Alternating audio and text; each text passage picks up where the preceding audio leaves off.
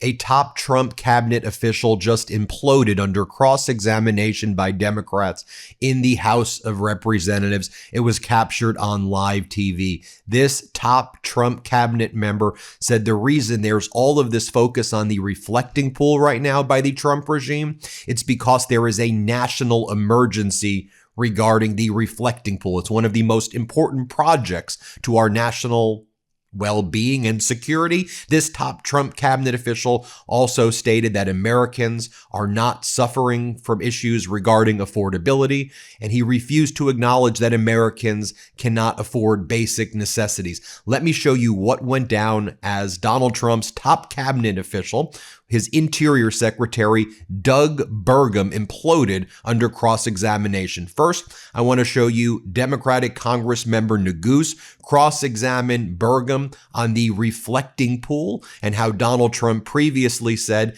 that it was his pool guy who was doing the reflecting pool project, and then said it was the Interior Secretary, but then it was done on a no-bid contract by claiming it was a national emergency.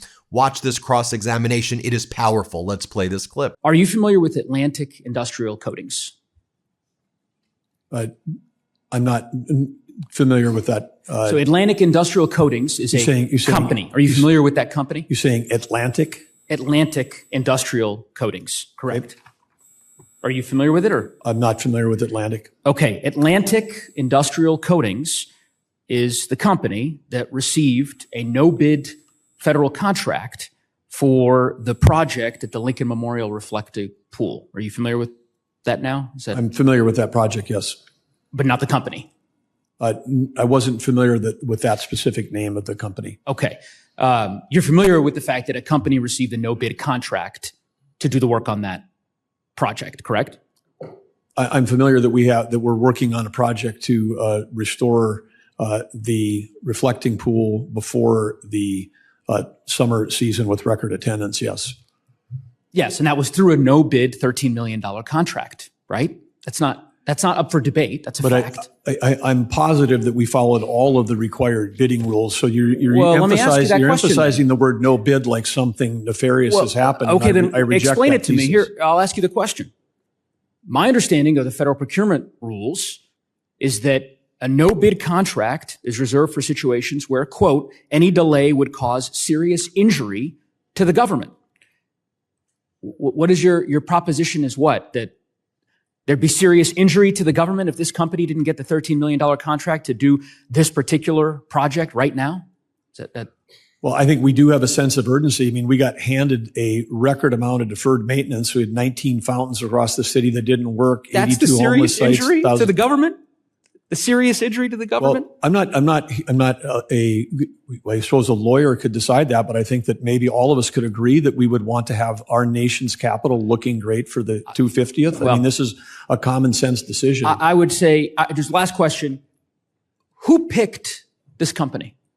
Because President Trump, a few months ago, in a New York Times article said, I have a guy who's unbelievable at doing swimming pools. He looked at it. He called me up. He said, sir, we can do something on it. Last night, he posted on Truth Social, also, I did not give out the contract. Interior did to a contractor I did not know and have never used before. So Interior, he's talking about you. Did you give this $13 million no-bid contract to this company that's never done business with the federal government before? The gentleman's time has expired. I think the Secretary can answer the question. The gentleman that you're talking about that has done construction work regarding pools and fountains for President Trump is not part of this contract. He's just a citizen that cared about it and offered some free advice. There's nothing there in terms of any dollars flowing to anybody that worked for President Trump. Who picked? Then you had Congress member Huffman cross-examining Burgum about whether he believes most Americans are struggling right now. A pretty basic question, which Burgum can't answer, and Burgum tries to attack Biden. Let's play this clip. Burgum, I want to start with something I hope we can just agree on. Would you agree that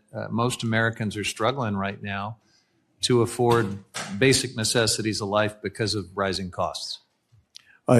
Yeah, I would say again, this administration. Yes or no? Do you agree they're struggling with these I agree costs? I agree that this administration inherited the highest inflation in 40 years. Mr. Secretary, do you agree that families are struggling across this country with rising costs? Yes or no?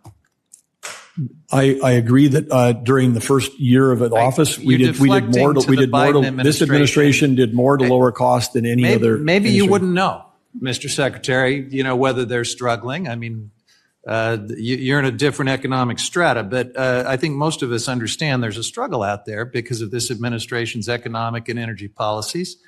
And while you are slashing just about every other part of the Department of Interior's budget, including for national parks, you have spent a lot of the department's time, resources, and taxpayer dollars to serve Donald Trump's vanity. Then you had Huffman questioning Burgum again about the price of gas. And Burgum refused to acknowledge that the price of gas is up, and he continued to try to attack Biden instead of answering basic questions. This is why Donald Trump's approval is the lowest in presidential history. Americans are sick and tired of this crap. But play this clip. Mr. Secretary, while you're funneling billions into these vanity projects, gas is up by an average of $1.40 a gallon from last year. In March, President Trump posted this message. He said, "The United States is the largest oil producer in the world by far. So when oil prices go up, we make a lot of money." Who's the we? Well, it could be states, the federal government, the American people. When we collect royalty rates on oil production on federal lands, and so if prices are higher, then there's more revenue coming into the system. So this is good for American families that they're paying $1.40 more a gallon for gas? I'm not saying that, but I'm thrilled that they're paying. I'm thrilled that they're paying about $1 less than they were during the Biden administration. I mean, that's exciting, and these prices are going to drop quickly again because now we actually have supply. Prices are determined based on supply. Again, there's a real disconnect here. Americans are not celebrating this spike in gas prices that you seem to think is just great, and your only answer is to hearken back to the depths of the pandemic. It wasn't the depths of the pandemic. It was just a year ago, and it was a series. It was a series of energy subtraction. Americans policies. are paying $1.40 more a gallon, and there's no end in sight to this energy crisis created by the war in Iran. They're the ones who can't afford to keep the lights on and put food on the table. But the we that's making a lot more money are, let's be honest about it, it's the big oil billionaires. Next up, Democratic Congressmember Seth Magaziner cross-examined Doug Burgum and had a mic drop moment, or I should say a battery drop moment. Watch as Congressmember Magaziner says, "Hey, you do realize there's something called a battery? Do you know what a battery is? Here, play this clip." Are you or are you not in North Dakota one of the top 10 or so in the country for renewable energy as a percentage basis, so weighted over a full year? For rated, but yes. when the wind doesn't blow and the sun doesn't shine, they produce nothing. We have these things called batteries. We've had them since Benjamin Franklin. They come in much bigger sizes than this. And we are expanding battery capacity at roughly double a year. We add the equivalent of 5 or 6 power plants a month worth of battery storage, which makes solar and wind useful not just off-peak, but on-peak as well. And so listen, Then Congressmember Magaziner holds up signs saying, "True or false? True or false? Wind and solar is the most expensive form of energy." And then when Burgum answers it incorrectly, Magaziner instantly fact checks Burgum with information from the Trump regime's own websites and from Common Sense. Play this clip. The answer is false. China added more wind generation last year than the rest of the world combined. They get 15% of their electricity from wind, which is almost as high as North Dakota. The most expensive form of energy ever, wind and solar, says the president. True or false? That's true. And not according to the Department of Energy. Under the Trump administration, the EIA under this administration projects that over the next 5 years, solar $58 per megawatt hour on average, wind $56, combined cycle turbines, including natural gas, $77. So according to the administration's own data, that is not true. Enough of the games. The American people want lower energy costs. They want lower prices. Okay, they want these projects not blocked. And the last thing I'll say is this. Chairman Westerman, to his credit, has been working with both sides of the aisle to pass permitting reform, something that we need to do. The number one thing preventing that from happening is the administration playing games, blocking clean energy from getting to the grid. I'll yield back. And then more from Congress member Magaziner cross-examining Burgum right here. And I'll just say, oof, Burgum walked right into this one here. Play this clip. I'll yield back. I just have a question. Can you explain why that the states that have pursued the policies you're describing have the highest power prices in the country? Does North Dakota have one of the highest power prices in the country? Because you have one of the highest percentage of renewables. We weren't pursuing a policy of let's shut down our 40%. base load and go with renewables. No one's talking about it. You have 40% renewables. It's You not did the right thing when you were governor. You knew order. it was the right thing when you were governor. Why isn't it the right thing now? We're going to move on to the next False, question. false. The data doesn't lie, Mr. Secretary. No, the data's a lie. States that have high renewables pay the highest prices. Does North Dakota pay the highest price? Iowa. Okay. Chair recognizes the gentleman from Colorado. Mr. Crank, you're recognized for... Then you had Huffman cross-examine Burgum about Donald Trump's desire to build a triumphal arch. What's this arch for? Congressmember Huffman says, to which Burgum responds, the American people want the arch. The American people want it. And Congressmember Huffman's, you think the American people want an arch? And we want it to be slightly taller than the arch in Pyongyang? What are you talking about? We don't want a Pyongyang arch. What are you saying? Here, play this clip. You're building a 250-foot arch to Trump that will overshadow our veterans' final resting place. And Mr. Secretary, it's hard to understand how these projects to stroke Trump's ego do anything for the American people with their day-to-day struggles to afford daily life. And the ballooning costs of these tributes to Donald Trump really speak to the lack of fiscal responsibility in this budget, not to what you said in your testimony, that this is all about fiscal responsibility. So can you just confirm, with this arch specifically, who is this arch for? Who's it being built for? I think you're probably aware that there's been no final agency action around building something on a site. That was not my question about technicality on final agency action. Who's it being built for? It's not a technicality. You're acting. This is my question, Mr. Secretary. I'm sorry, that's the way it works. Who is the arch being built for?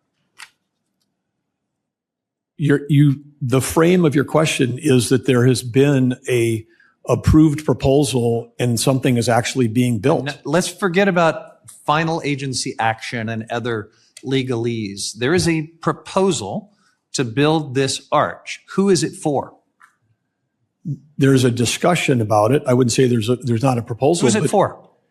Well, for the American people, just like everything else in this thing, because there are 68 democratic capitals around the free world that have arches, and I guess that somehow the United States building an arch for the people to celebrate. We're going to build one just a little taller than the one in Pyongyang because someone in the White House insists that ours be the biggest. Mr. Secretary, you may not be aware of this, but actually I'm sure you are aware.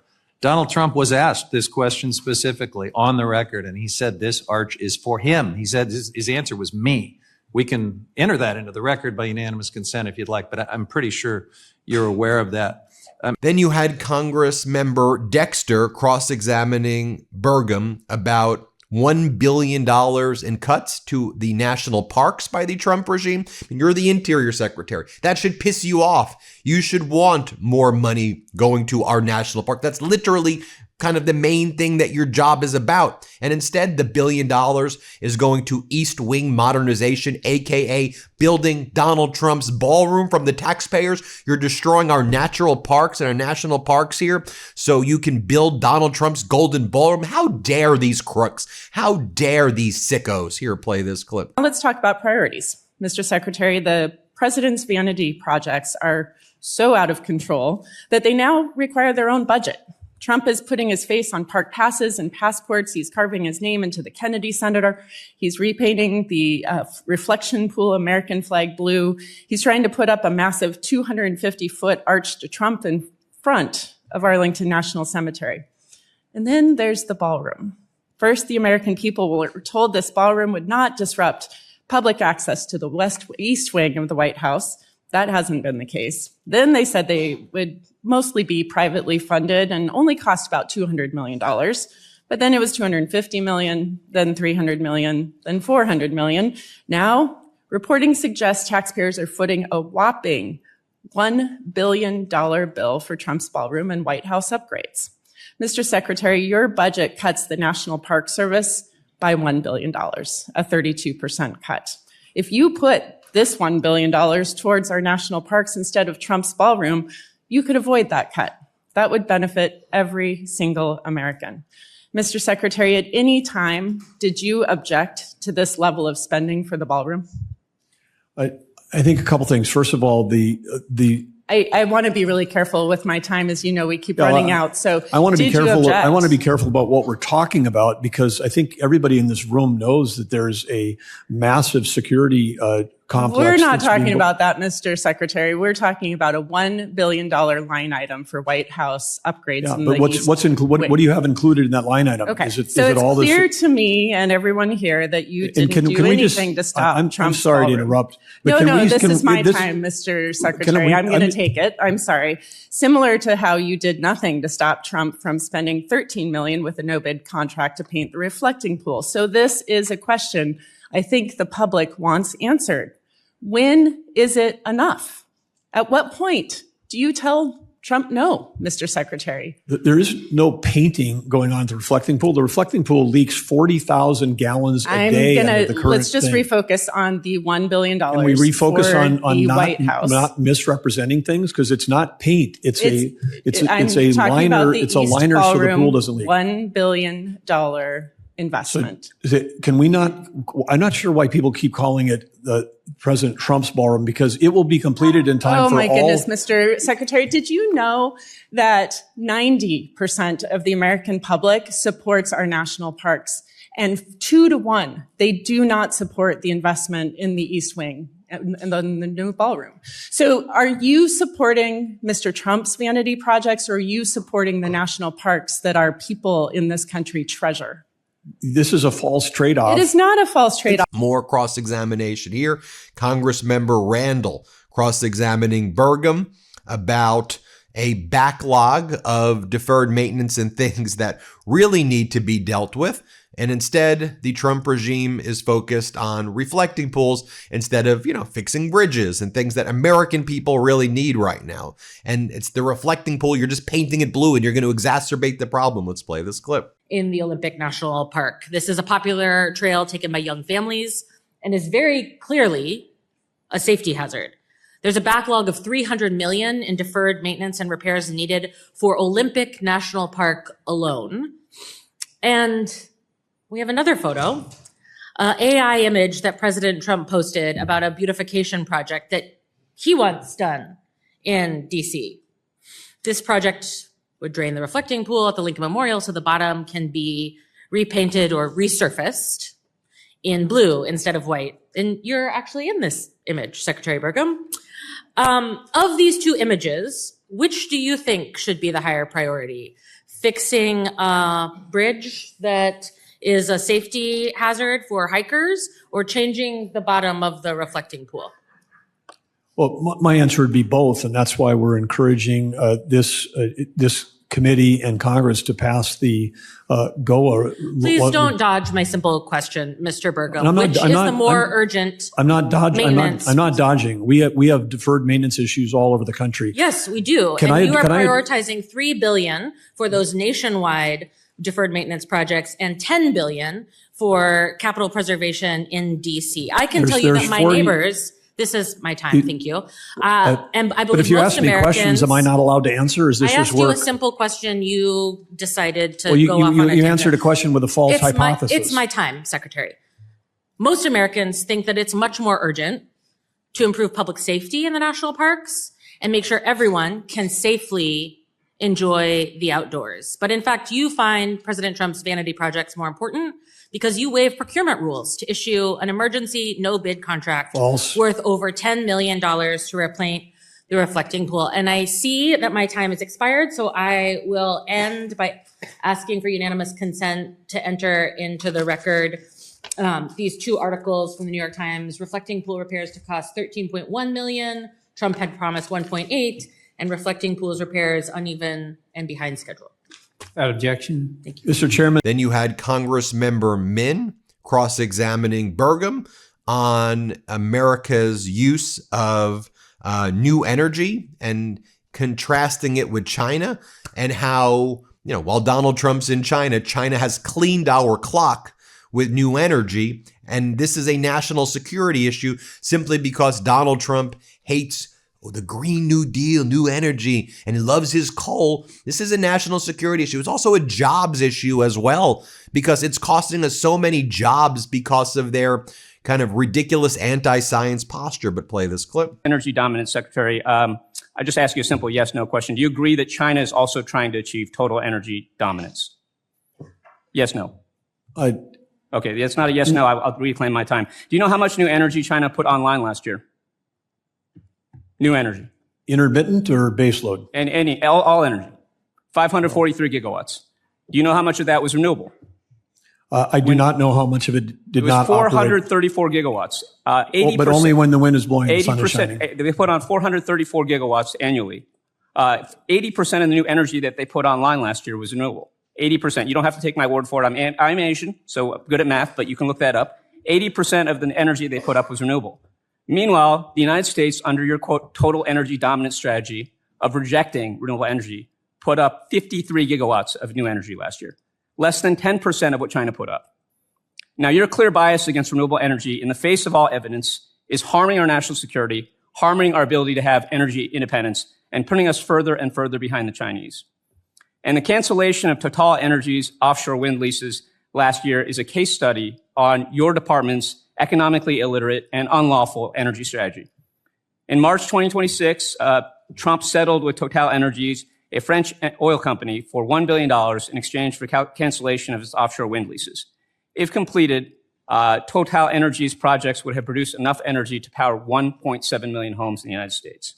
Furthermore, the administration paid this company $1 billion again from a fund strictly reserved for settlements resulting in active or imminent litigation requiring monetary compensation, which was not the case with Total, because in fact, in March 2026, the CEO of Total told CNBC that their company had approached the federal government for reimbursement after Trump had paused all offshore wind permitting.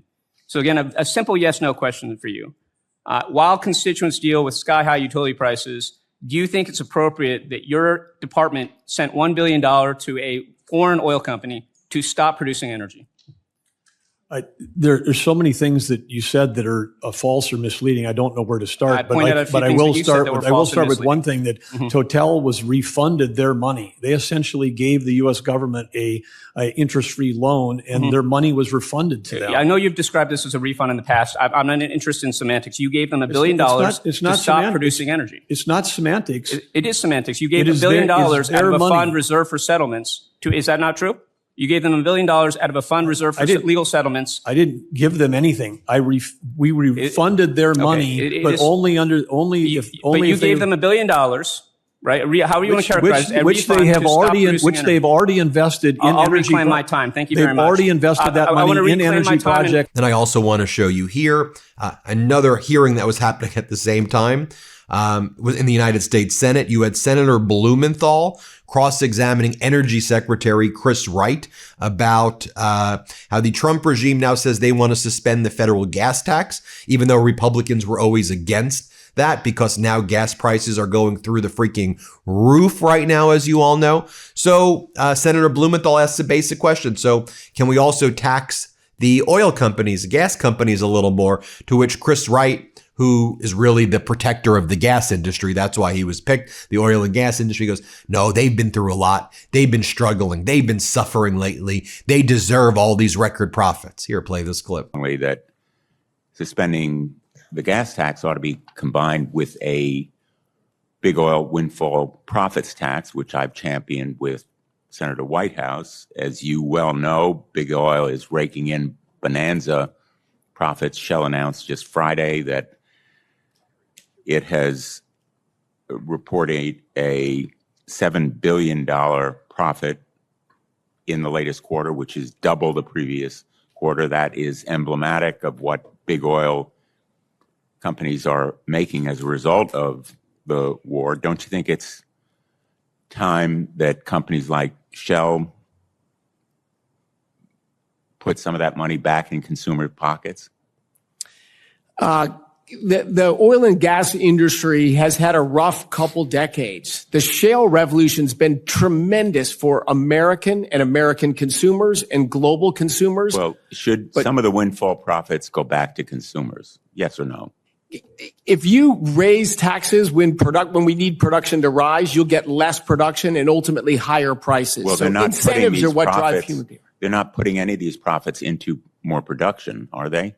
Oh, they are. They've said they're not doing more production because they don't know how long the war is going to last. Shell, an example, invests tens of billions of dollars every year in drilling new oil and gas wells and exploring. So if you tax something, you get less of it. And I think getting less of energy is not a good strategy.